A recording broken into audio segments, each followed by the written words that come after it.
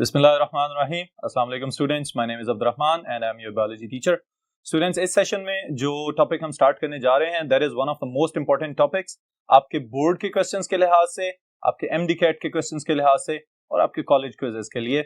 Chapter number 12 का most important part अब हम स्टार्ट करने जा रहे हैं। This is digestion in man.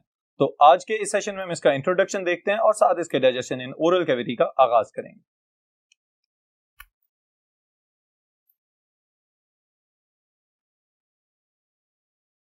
Alright, सबसे पहले स्टूडेंट्स, इसमें जब भी आप ये टॉपिक याद रखें तो मैं एक सीक्वेंस आपको बताने लगा हूं अभी, जो आप कोशिश कीजिएगा कि इसको फॉलो जरूर कर लिया जाए, क्योंकि नॉर्मली इस टॉपिक में से लॉन्ग क्वेश्चन पूछा जाता है और लॉन्ग क्वेश्चन को याद रखने के लिए आपके ज़हन में कुछ मेन पॉइंट्स होने चाहिए। ओके, और ये जो सीक्वेंस अभी मैं यहाँ पे बोर्ड पे भी मेंशन करूंगा, अगर आप इसको ज़हन में रखेंगे तो ऑटोमेटिकली इस पूरे डाइजेस्टिव सिस्टम वाले टॉपिक में से कोई भी पोर्शन अगर आपको याद रखने की जरूरत पेश आए तो होपफुली बहुत ज्यादा फायदा होगा। तो इसलिए फॉलो करते जाइएगा और साथ साथ लिखते जाइएगा।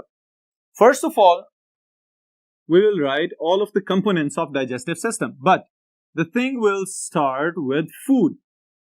अब देखें, अगर हम डाइजेशन की बात कर रहे हैं और फिर अपनी बात करने लगे डाइजेशन इन ह्यूमंस और डाइजेशन इन मैन, तो इसका मतलब यह है कि कौन कौन सी खुराक है जो बुनियादी तौर पे हम लोग खा रहे हैं। ऑलराइट, तो इसमें सबसे पहले नंबर पे वो ऑर्गेनिक न्यूट्रिएंट्स जो बहुत ज्यादा मिकदार में हमारी बॉडी को जिनकी जरूरत है और हम उनको इनटेक कर रहे हैं, इंजेस्ट कर रहे हैं, बीइंग होलोजोइक फीडर्स। तो ये चीजें हम सबसे पहले मेंशन करेंगे, फिर उसके बाद डाइजेस्टिव सिस्टम के कंपोनेंट्स की तरफ चलेंगे। Now in the food we are taking in carbohydrates, we are taking in proteins,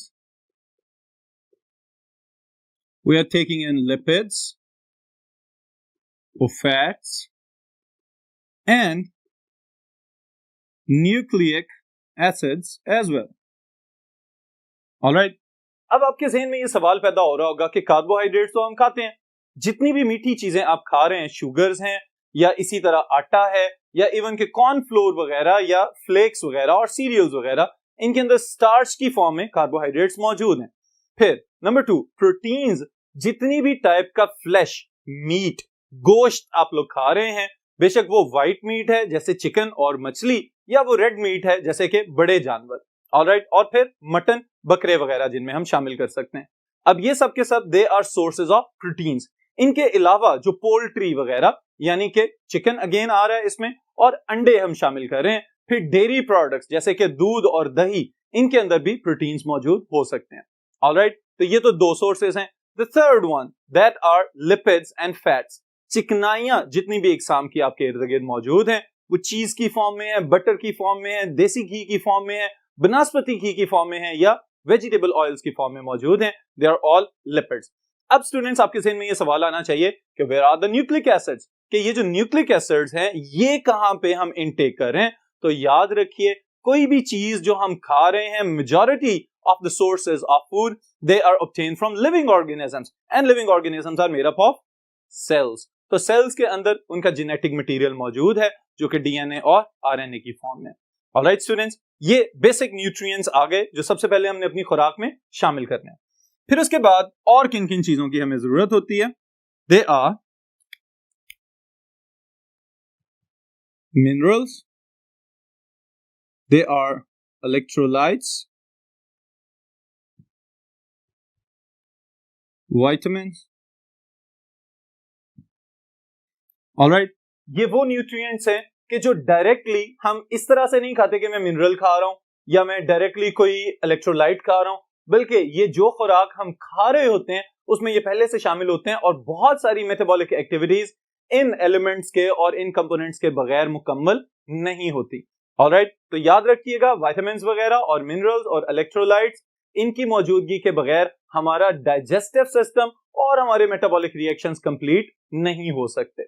alright students, so these are the different types of food or nutrients that we are taking in as food. Okay, फिर उसके बाद students आ रहे हैं हम अगले point की तरफ, and that is about the components of digestive system.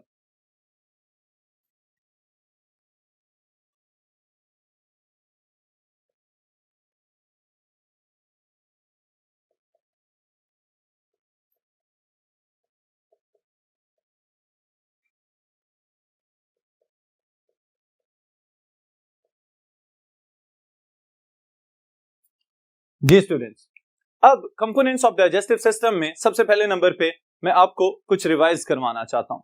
हमने ये पढ़ा हुआ है कि होलोजोइक न्यूट्रिशन के अंदर कुछ स्टेप्स हैं जो बहुत सारे लिविंग ऑर्गेनिजम्स फॉलो कर रहे हैं। तो अपने डाइजेस्टिव सिस्टम के लिहाज से भी अगर हम बात करेंगे तो इन स्टेप्स को फॉलो करना जरूरी है। सबसे पहले नंबर पे खुराक को निगलने का अमल, that is known as ingestion. Alright, फिर उसके बाद उसको हजम करने का अमल शुरू हो जाएगा, जिसमें क्या किया जाता है, बड़े फूड पार्टिकल्स को छोटे फूड पार्टिकल्स में कन्वर्ट किया जाता है। और कन्वर्ट करने के लिए दो तरीके अपनाए जाते हैं। The first one is mechanical digestion, दांतों से पीसना और चबा के खा जाना, that is known as mechanical digestion. और इस लिहाज से ये याद रखिएगा कि जितना ज्यादा खुराक को चबा के खाया जाए, एक तो उसमें हाइड्रोलेजेस वगैरह और हाइड्रोलिटिक एंजाइम्स ज्यादा अच्छे तरीके से काम करते हैं। और बुनियादी तौर पे क्या हो रहा है कि खुराक को जितने छोटे जर्रात में कन्वर्ट करेंगे, उनका सरफेस एरिया बढ़ता जाएगा, एंजाइम्स ज्यादा अच्छे तरीके से काम करेंगे और वो खुराक आपको उतनी ज्यादा तवानाई फराहम कर सकेगी। ऑलराइट, पहली बात तो ये होगी। दूसरी चीज है chemical digestion. Okay, chemical digestion is the digestion of food into smaller pieces with the help of enzymes.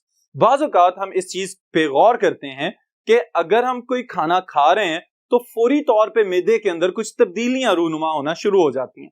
और उन सब तब्दीलियों में से एक बहुत अहम और बहुत प्रोमिनेंट किस्म की चेंज वो क्या है कि गैस्ट्रिक जूस का रिलीज होना, और उसके अंदर एंजाइम्स हैं जो प्रोटीन्स को डाइजेस्ट कर सकते हैं। ऑलराइट स्टूडेंट्स, फिर उसके बाद third phase, this is digestion. Okay, third phase क्या है, फिर उसके बाद काम शुरू हो जाएगा एब्जॉर्प्शन का, कि जो खुराक के अज्जा जिनकी बॉडी को जरूरत है वो खून में शामिल हो जाएं और एक एक डेस्टिन्ड सेल तक पहुंच जाएं।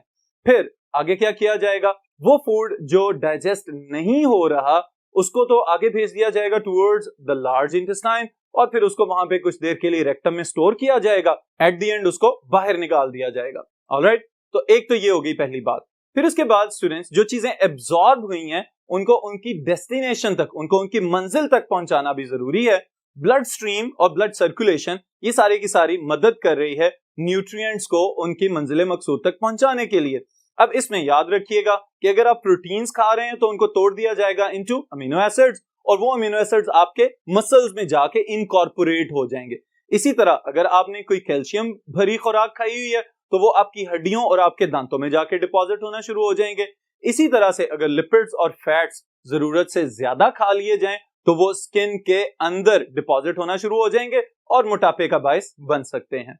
ऑलराइट स्टूडेंट्स, तो ये सब न्यूट्रिएंट्स जब अपनी डेस्टिनेशन तक पहुंचते हैं, या तो वो एनर्जी प्रोवाइड करेंगे या फिर हमारी बॉडी का हिस्सा बन जाएंगे। This process is known as assimilation. Alright students, और अनडाइजेस्टेड फूड जब रेक्टम से बाहर निकाला जाएगा तो उस अमल को हम कहेंगे egestion. These are the different steps of holozoic nutrition. अब स्टूडेंट्स आ रहे हैं हम मेन कंपोनेंट्स की तरफ। The digestive system begins with the oral cavity.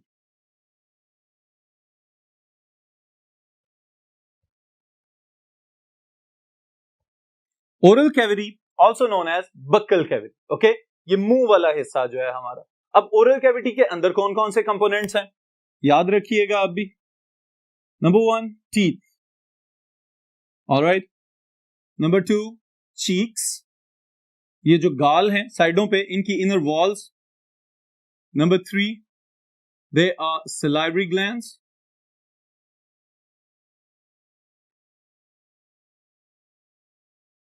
And number 4 is tongue. Number 5 palate. Alright students, ये सब चीजें हमारे मुंह का हिस्सा हैं जो कि हमारे डाइजेस्टिव सिस्टम में बहुत अहम किस्म के फंक्शंस परफॉर्म कर रहे हैं। The first one teeth, खाने को चबाने के लिए। फिर उसके बाद cheeks, ये जो वॉल्स हैं साइड पे स्मूथ एपिथेलियल सेल्स पे मुश्तमिल है। फिर उसके बाद सलाइवरी ग्लैंड्स हैं जो सलाइवा रिलीज करवाते हैं हमारे मुंह के अंदर। जैसे ही कोई आपकी मनपसंद खुराक आपके सामने आती है या समटाइम्स उसका जिक्र भी किया जाता है तो मुंह में पानी आना शुरू हो जाता है। ये जो पानी आ रहा है that is due to salivary glands. फिर उसके बाद टंग, जुबान है, एक मस्कुलर ऑर्गन है जो कि खुराक को उठा के दांतों के नीचे आगे पीछे फेंक रही होती है ताकि आप अच्छी तरह से इसको मिक्स अप कर दें सलाइवा के साथ और खुराक को मुकम्मल तौर पे हजम करने के काबिल हो सकें। फिर उसके बाद पैलेट, तालू जिसको हम स्टूडेंट्स बोलते हैं। अगला हिस्सा मुंह का जो छत है, ऊपर वाला पोर्शन, उसका जो फ्रंट पार्ट है that is known as bony palate और हार्ड पैलेट। सख्त होता है, हड्डी पे मुश्तमिल होता है। अगर आपकी जुबान टच कर सकती है छत को तो टच करें, आपको सेंटर में एक लाइन फील होना शुरू हो जाएगी। ये वो हड्डी का हिस्सा है जिसको हम कहते हैं बोनी पैलेट। फिर उसी का बैक साइड वाला पोर्शन जिसकी एक एक्सटेंशन आपके गले में लटकती हुई भी नजर आती है, that is the soft palate. Okay, muscular part है और उसकी वो एक्सटेंशन जो आपको गले में यूं लटकती हुई फील हो रही है, जिसको नॉर्मली स्टूडेंट्स कव्वा कह देते हैं कि ये गले के अंदर लटक रहा है, that is known as uvula. Okay, that is a muscular part. इसका क्या फंक्शन है ये हम आगे फर्दर डिटेल्स में देखेंगे। Then is the second part, अगर इसको फर्दर हम आगे लेके चलें तो फेरिंक्स का जिक्र जरूर करेंगे। फेरिंक्स क्या चीज होती है स्टूडेंट्स, याद रखिएगा, ये एक ऐसी जॉइंट ओपनिंग है जो नेजल कैविटीज की तरफ से आती हुई नालियों के लिए भी ओपनिंग है और साथ ही साथ खुराक को निगलने के लिए जो बक्कल कैविटी के एंड पे एक होल, एक ओपनिंग नजर आ रही है, दैट इज फेरिंक्स। ऑलराइट, फिर फेरिंक्स के बाद स्टूडेंट्स आगे एक बहुत इंपॉर्टेंट स्ट्रक्चर है, that is known as oesophagus. Alright, oesophagus को कुछ किताबों में ओ ई के साथ लिखा जाता है और कुछ किताबों में खाली ई के साथ लिखा जाता है। आप याद रखिएगा कि ये खुराक की नाली है जिसका काम सिर्फ और सिर्फ फूड को बक्कल कैविटी से उठाना और उसके बाद आगे स्टमक के अंदर पहुंचा देना, ये इसका काम है। ऑलराइट, फिर एसोफेगस के बाद स्टूडेंट्स स्टमक, मैदे वाला हिस्सा, ऑलराइट, जिसको हम मैदा बोलते हैं, इसके अंदर मेनली प्रोटीन फूड को डाइजेस्ट किया जाता है और इसके अंदर गैस्ट्रिक सिक्रीशंस ऐड की जाती हैं। Then is the small intestine.